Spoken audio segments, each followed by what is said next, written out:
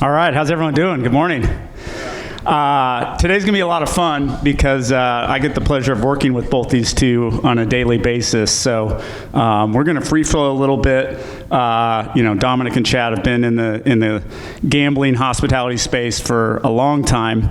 And what we thought about topic-wise, a couple things, and I want to see what direction we want to go here. But just from an audience standpoint, I want to see just kind of a mix of audience. Who's on like the brand marketing side? Maybe kind of raise your hand. Okay, who's in like more of the sports world? Some sports, media, agency. Okay, cool. We're gonna mix it up a little bit. I talked to Dominic and Chad. I think we want to talk about certainly sports betting and the impact that it's having in the casino world. So maybe let's start there, and then I want to get into some sports sponsorships and activations, and really think about from a brand perspective what they're seeing. So those are kind of the two topics we kind of casually discussed, and we'll see where it takes us. But I want to start with you, Dominic. Obviously, we're in Phoenix. We got sports betting passed this year. We've seen huge revenue numbers. I'm sure you've all seen the reported revenue numbers on states that are passing sports gambling. California, as we know, didn't go down that path. But I want to talk to Dominic. I mean, how has that affected the casino business? Gila has 4 casino properties, soon to be 4 casino properties here in Phoenix that are the dominant player in the market. What do you think about sports gambling? How have you guys been able to tap into that market? How's it helped maybe the casino brands? How has that evolved into some of your sports sponsorships? I mean, talk to us about just, what you're seeing in sports betting from a casino perspective. Perfect. Good morning, Scott. Good morning, everyone. Pleasure to be here. Sports betting is 2 years in after the compact, the restated amended compact. So it's still fairly new with any business or any brand. 2 years is just kind of the first scratch of the crust there. But we've noticed a new demographic of players that we thought after 28 years of being in business that they knew what gambling and wagering was. Not the case. 21 to 35 demographic has really been exposed. It also has taught them about other games within the business, craps, roulette, etc. But you will see that the demographic has changed a lot on the gaming floor for us primarily. We have this sense of youth. Style has came in, a little bit of swagger has happened. There's a culturally cool thing that's happening on the floor now where before it didn't happen and we didn't have that. So it is changing and morphing our brand, the way we look at it. It's more energetic, but I mean, from a revenue standpoint, it was all incremental for us. We hadn't tapped it before, and I think what the misconception of sports betting happens is that they think that sports betting is just sports betting alone, but people, as what Chad will talk about, Vegas, they have demonstrated gaming is gaming, and it's a totality of games that come with it. We didn't offer that, and so they looked at our casino brand and go, okay, you're missing something that's not like Vegas. Now it's like Vegas. And to just go off on that a little bit, and this is for both of you. Maybe we'll go to Chad, then come back to you, Dominic. But what I think is interesting is you've seen different casino brands and properties either have maybe their own sports betting app or they're partnering with others. So like in your case, I know we partnered with BetMGM. Chad, I know you have a partner that you can talk about. What is that like in terms of partnering with like another corporate brand and leveraging, BetMGM, and now you have Gila or Virgin and another sports betting app? Maybe Chad, I know you have a partner that I think you can announce. But what made you come up with that decision to go down the route of maybe a partner with a brand? I've seen other sports teams say, no, we want to own the sports app, there's just so many now sports betting, choices out there. Like, how did you come to the decision of your partner or even doing it in-house? Maybe Chad will start with you and then come back to Dominic. I think we might be a little bit of an interesting model. We own the Virgin Hotel Las Vegas, being JC Hospitality. We chose to go with a partner. So we partner with Mohegan Sun Casinos out of Connecticut. They lease our casino floor. They manage the gaming license. And that's very, very important to us, because what that means to us as a management, development, and investment company, since we don't hold the gaming license, we can go out and raise capital as a real estate company. And I don't know if you know this, but real estate companies can raise capital at a fraction of the cost that casinos do because of the risk risk variant in there. So Mohegan Sun Casino is an outstanding partner. By the way, as we heard a little bit earlier, it's important to announce that Mohegan Sun was the first Native American gaming operator in Las Vegas. There are now other gaming operators that have penetrated the market in the last year, and we're thankful for that diversity in the market. But it was very important to partner with an outside company coming into Virgin Hotels Las Vegas who does not have a gaming background. I previously spent 15 years with MGM Resorts, so I'm very familiar with their applications. But they partnered and subleased our sports book, and I can announce we're very thankful. Betfred received their license in the state of Nevada just last week, so we actually open up our sports book on Thursday at 10 a.m. and we'll be taking bets for Super Bowl. Very, very important to the property, and we could talk a little bit more about that in a moment, but it's a really big deal for us for all the reasons that Dominic mentioned, but for some other reasons as well. Dominic, do you want to talk about the BetMGM partnership and how that's affected you guys? Yeah, so this was pretty unique in terms of what we built with BetMGM, Gila River, and the Cardinals. We had brands and partnerships and deals with brands like the Suns, Cardinals, Coyotes, and we looked at sports betting as an area that we weren't too familiar with. We did 2 years of research, traveled the country to look at sports betting before we even thought it was going to actually happen, just so we can learn about it. I will tell you, all that 2 years of research, didn't really know much about it, and even till after it actually got launched is when I'm like, okay, now I understand the sports betting and its impact. So when we looked at it, we said, who better than to bring on as a consultant or a provider for us than somebody that's been doing it and knows the industry and business? And how do you make it beneficial for all parties? You know, Chad and Mohegan Sun and Virgin combined together, it works for them and it's the best and they both benefit from it. Same thing with ours, with BetMGM and us. They're casino operators. They know our business, right? FanDuel and DraftKings, they're great providers. They just didn't know brick and mortar casino and gaming. So we said BetMGM knows what we do on an operation daily. And what if we just created a three-way partnership and brought in the Cardinals in this deal and all take a little bit less of share from that, but create a massive share of voice in the market? No secret that you have your major brands, which is DraftKings, FanDuel, and BetMGM, right?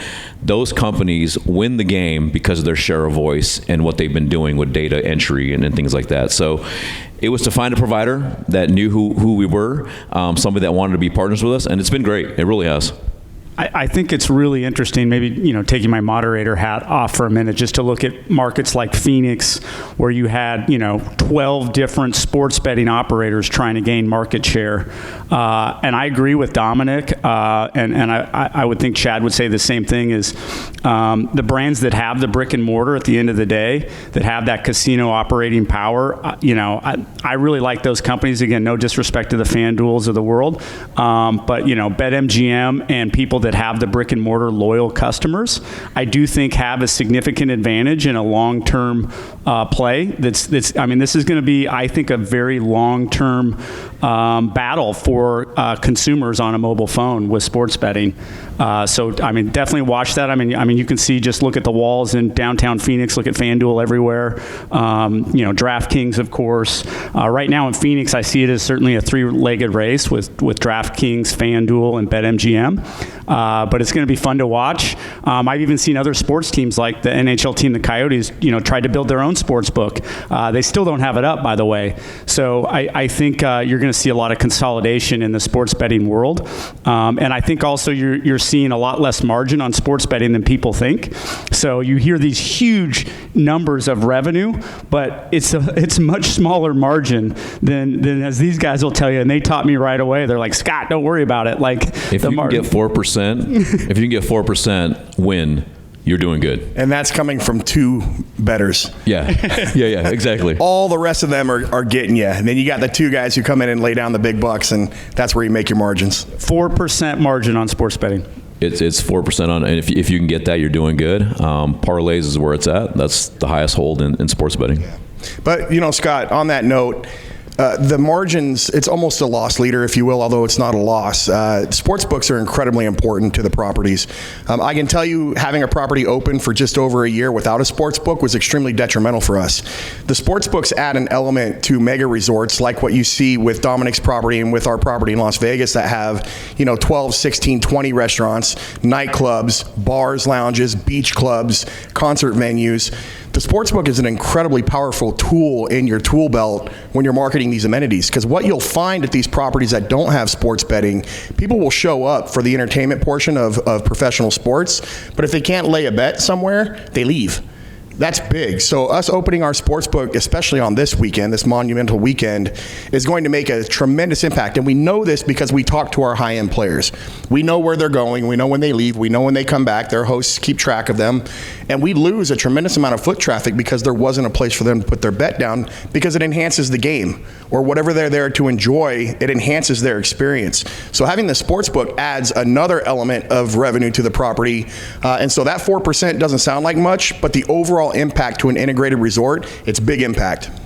Chad's 100% right. The engagement, I mean, if you've ever sports wagered in here and you relate a sports bet, you could be watching anything and you're so engaged. My wife will come in the room and she's like, why are you cheering? It's something like, college, I don't know, basketball or something, women's college basketball.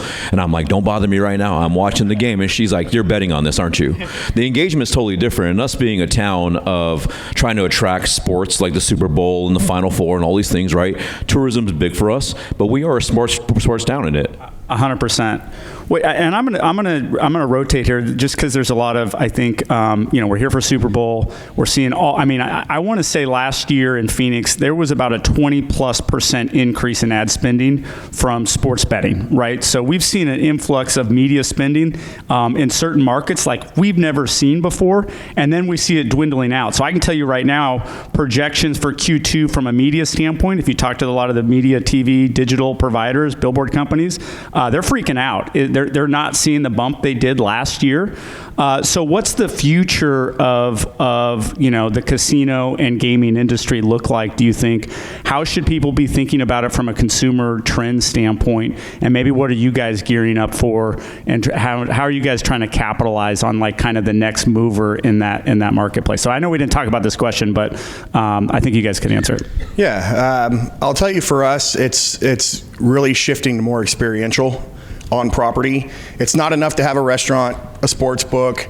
You really have to create an experience for an integrated resort experience, because they might come in for one of your restaurants or a celebrity chef. They may come in to put their bet down. Maybe they come in for the day for the beach club, but you want to be sticky. That sports book is one element that helps the property stay sticky, where they're staying on property longer. But for us, what we're focused on over the next 5 years is really more experiential opportunities and amenities for the guest. This could be anything from shows on property. We've seen a big shift in the entertainment in Las Vegas, specifically in the type of entertainment that's available. It's much more interactive, and what I mean by that is the entertainers in the show are coming out and interacting with the crowd. It's no longer sit in your seat for 2 hours. You're getting up and moving around the theater and getting different experiences. You go to the show twice and you see two totally different things. So we're seeing a lot more of that experience model that we're focused on and we're making investments in. Sports betting is just one important key element to that. Yeah, we're the same, doing a well-rounded view of entertainment. So our parent company is Gila River Gaming Enterprises, right? So it's so tunneled vision into gaming, where you might change that into an entertainment venture and look at hospitality, look at food and beverage, look at entertainment out on the pool side. So trying to well-round more of that full long-term 2-3 3-day trip event, and so not get stuck in just gaming. I will tell you that, and this is, if I can be transparent with you guys, we've seen upwards of 20% growth in non-gaming spend. Gaming does not have that necessarily. That's a big jump in those numbers, but non-gaming, people are looking for a full-fledged experience, not just one silo of one thing. I'll give you an example of that, and I don't know if you experience the same thing, but I've been in this industry for 20 plus years, so I feel really old when I say that, but I will tell you, when I started in the industry, gaming was 70% of the revenues to the resort. Today, it's 30%, and non-gaming is 70%. So there's been a tremendous shift over to the non-gaming amenities. Gaming is extremely important. I don't want to downplay that. But we've seen that major shift over the last 15, 20 years. And again, I don't know if you've experienced the same thing here in Arizona, but that's what it's been like in Vegas. Yeah, gaming is one of those things where you guys understand this, right? I mean, you gamble and it's like you're an hour in and you look at your wallet and you go, oh my gosh, like that was an expensive hour that I just had, right?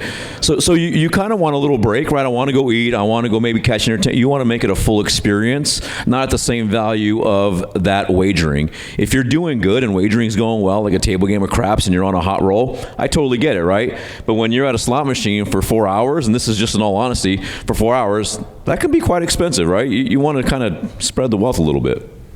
I want to go to talk a little bit more on consumer trends, and we've talked about this a ton. And as an industry, we've talked about millennials and games of chance, and it being a struggle. And I think that's probably some of the trend that's taking that 70-30 switch from gaming to entertainment revenue. Do we see other patterns with millennials, like you talked about sports betting's bringing a younger crowd? Do you see maybe any other patterns with a younger gaming consumer? I remember before we were in the industry, it was always like a casino consumer's 35 plus. That's when you really start to have the disposable income to gamble. But I think that's out the window now. I mean, I see bottle service. Like we were talking earlier in Scottsdale, you can get bottle service at Bottle Blonde this week, $150,000 for a bottle of Moet right now at Bottle Blonde, right? So I don't know how they're going to get that. We laughed at it, but like, what's the consumer trends you think of millennials right now and a millennial gamer? And is the casino industry going to struggle with games of chance with a millennial still? It's interesting because what we found with millennials is they don't want to take the time to learn the games.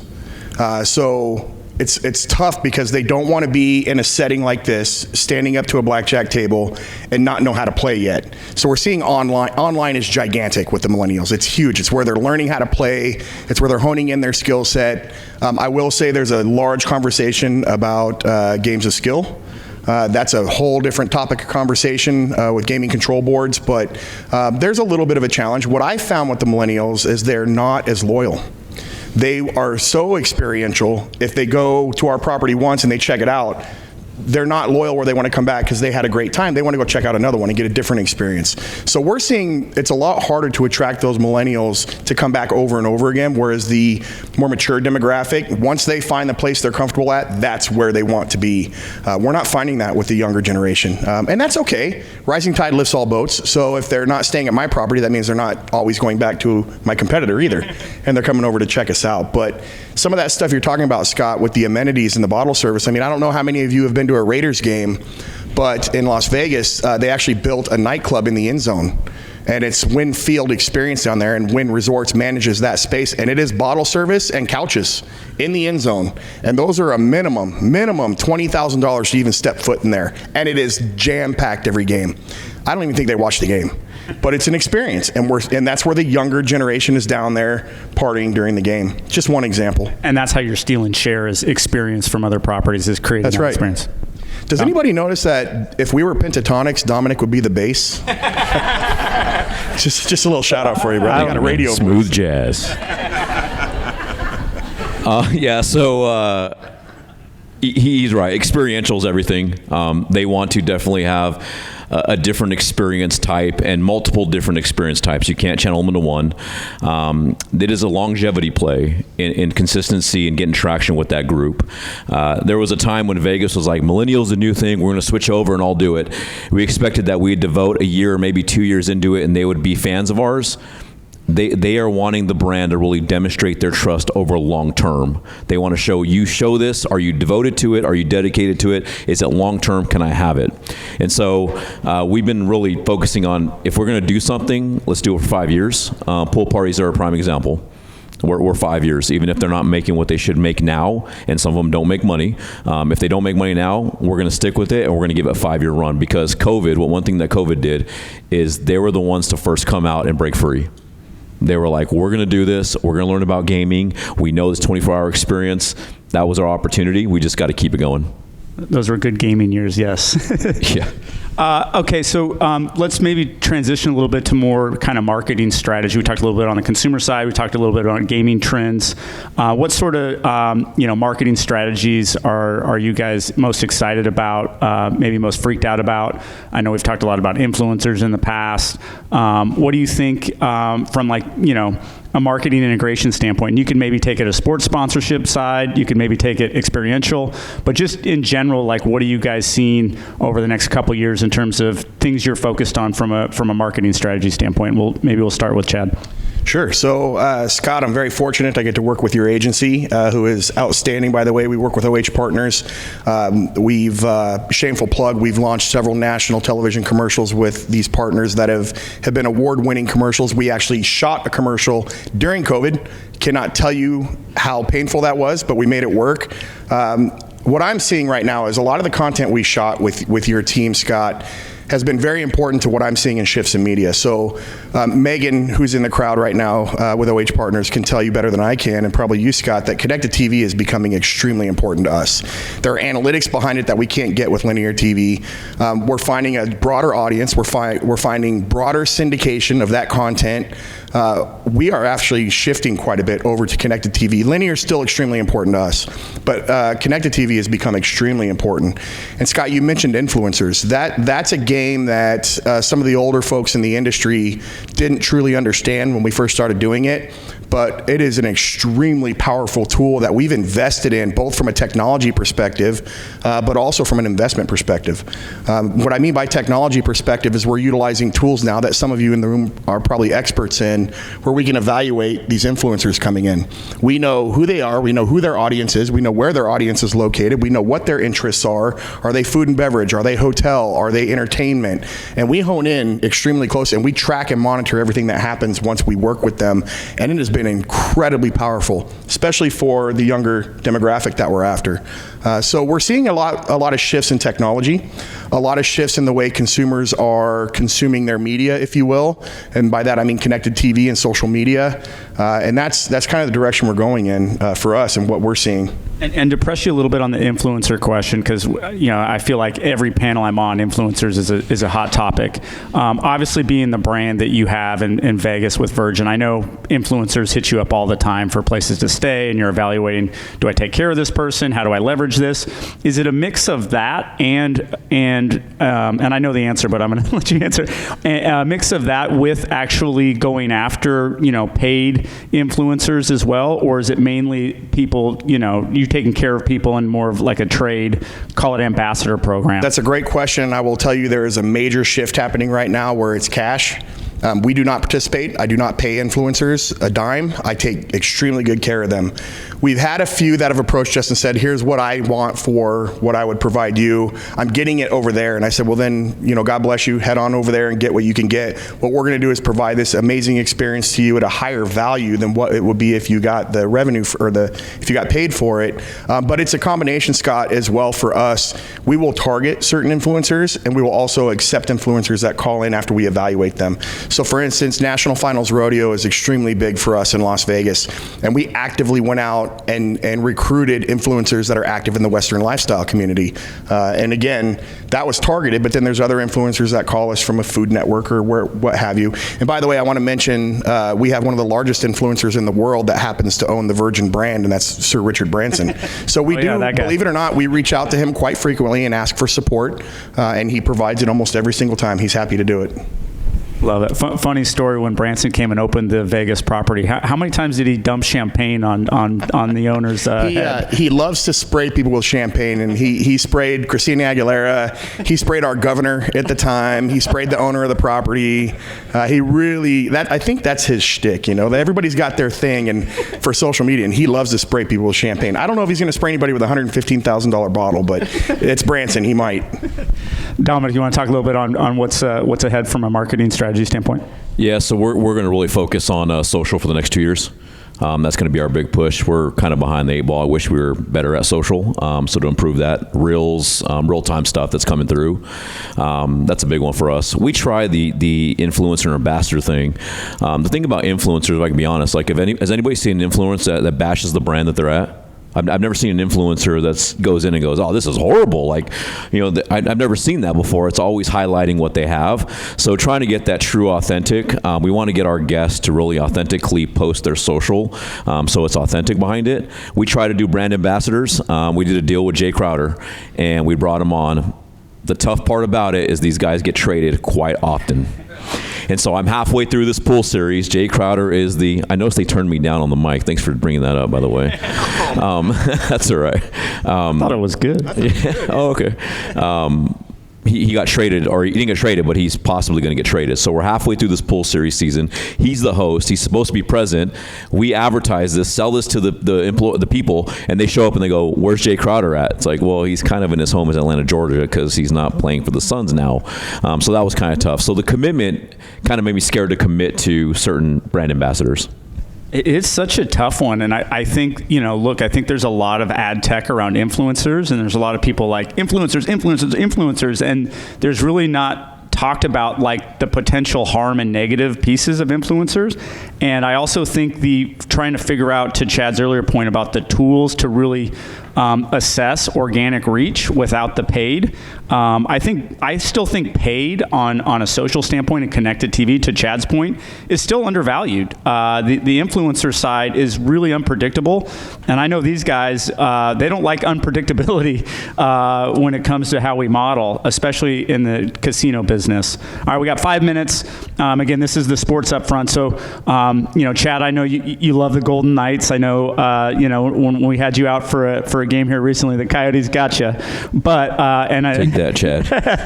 And then Dominic, you guys are the sports leader when it comes to Arizona. You dominate. I'd love maybe just a couple minutes apiece to talk about what makes a good sports partnership and what you look for in partners, and what is ahead maybe on the sports partnering side for both of you. And we'll start with Dominic this time. So on the gaming side, I think it's no secret that gaming and sports all go hand in hand. There's a correlation between the two, so it was an easy migration. We made it one of our brand pillars so it wouldn't deviate. I think the biggest thing for sports is your dedication and discipline to it. If you're going to do it, it's an expensive business to be in. So when you do it, you can't just dip your toe in and do one deal and then expect people to get the reach or the consistency around your brand for it. If you're going to do a sports, you have to really build your brand model around that sports. State Farm's a prime example, right? There is no secret that State Farm hasn't owned a sports field. We wanted to have the same thing. So we went and tried to consume every single sports partnership that we could get, and not only put our logo in there, the IP is the most important thing and the most expensive thing you will pay for in the deal. Their IP rights to their brand, and as us, Virgin's got a massive brand, but for us being local, for us to tie ourselves into national brands like the Cardinals, the Coyotes, and the Suns, it was a benefit to raise our brand and saying, oh, okay, you can hang with those kind of brands. Perfect. We should value you as a national brand. So that was really the intent, and to bring that experience internal. When you're on a craps game at Gila River, you will throw dice on a Suns felt. You will throw chips out there that have the Suns logo on it. You will see the best dressed individuals around the craps table showcasing all of their gear. You see all the brands, they're all around the craps table. And so it just kind of puts them in that mode and that movement that where they're fully encompassed, not just seeing a logo. I can actually be, if I'm a fan, I can be a part as a brand fan. I love that. Chad? I think for us, we took a slightly different approach. We're extremely active in the sports market in Las Vegas, and we do that with the main goal of being involved in the local community. Virgin Hotels Las Vegas has a very large local audience. It's extremely important to our business model. We tie in with these professional franchises because one, and this is a plug for the NFL, I don't think anybody in sports has done a better job of connecting with their fans emotionally. 100%. And that emotional connection, if we can be a part of that, not only for the local community, but for the teams like the Raiders, the Golden Knights, UNLV, all of those types of sports partnerships, we want to tie into that emotion. That's very powerful. But for us, Scott, you asked about the future of sports marketing or partnerships. And I think from a resort like us, we are seeing more and more flexibility in the packages that we offer, that we partner with on these teams. The Golden Knights are a fabulous example of that. Every year, we sign multi-year deals with these franchises. Every year, we reevaluate our sponsorship package. We'll take a look at what worked and what didn't. I've approached them this current hockey season and said, I need to be much more engaged with the fans. I'm not interested in banner ads on your website. I'm not interested in email blasts with weekly newsletters. I want official viewing parties at the property. I want fan activation in game that talks about the brand and gets the attendees of the game involved in the brand, and that's what we were looking for, and they were happy to make those adjustments. The day of giving you a standard sponsorship package of you could be in the pregame show, we'll give you a commercial, we'll give you a banner on the screen in game, we'll give you a banner on our website. I think those are going away, those standard packages, and they're becoming a lot more variable based on what your particular goals are for your brand.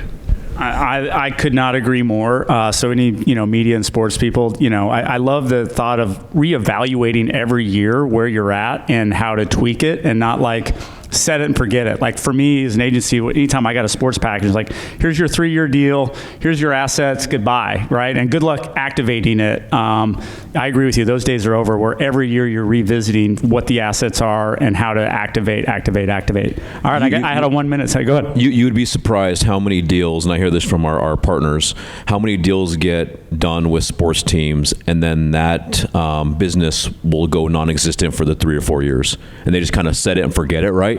What's interesting is that partner, those sports partners, they crave mutual back and forth with that partner to improve, to what Chad's saying, to improve it, because they win when you guys win. And so it's interesting to know that these businesses, you'll just set it and they'll let it go when the partner is actually craving to be engaged with them on a constant basis. So if you have a deal, engage and ask. And the other thing from an agency media standpoint, I'll just add in here, kind of a pet peeve, because I love sports marketing. I can't tell you how many times I've had brands do deals direct, which is fine. Like as a brand, you should do the deal direct. You should have your relationship. I think having an agency negotiate a sports deal isn't the right move. Maybe have it be evaluated later. Have them help you activate it. But what's a terrible plan, and these guys definitely don't do this, is when you do a sports sponsorship and then the team has to call the agency to figure out what the activation plan is, and then there's no budget. Budget in an activation plan, because the teams, I'm sorry, they're not experts at doing, marketing activation. They're sports teams. Work with your agency early in the process and develop a budget for assets, and have the team and the agency work together to create something really freaking cool, like something creative. Have them both do that. So that is a little pet peeve of mine, because I think there's a lot of missed opportunity on the activation side. I mean, how many times have we seen, anyone seen the Mr. Flash promotion? Or the guy, the Mr. Freeze promotion? That's freaking badass, right? Like, what a great activation that's actually ownable for a brand. But how many times are people really thinking creatively about an activation? It drives me crazy. So I think I had a 1 minute mark, so we're going to finish on time. Didn't these guys do a great job? Thank you.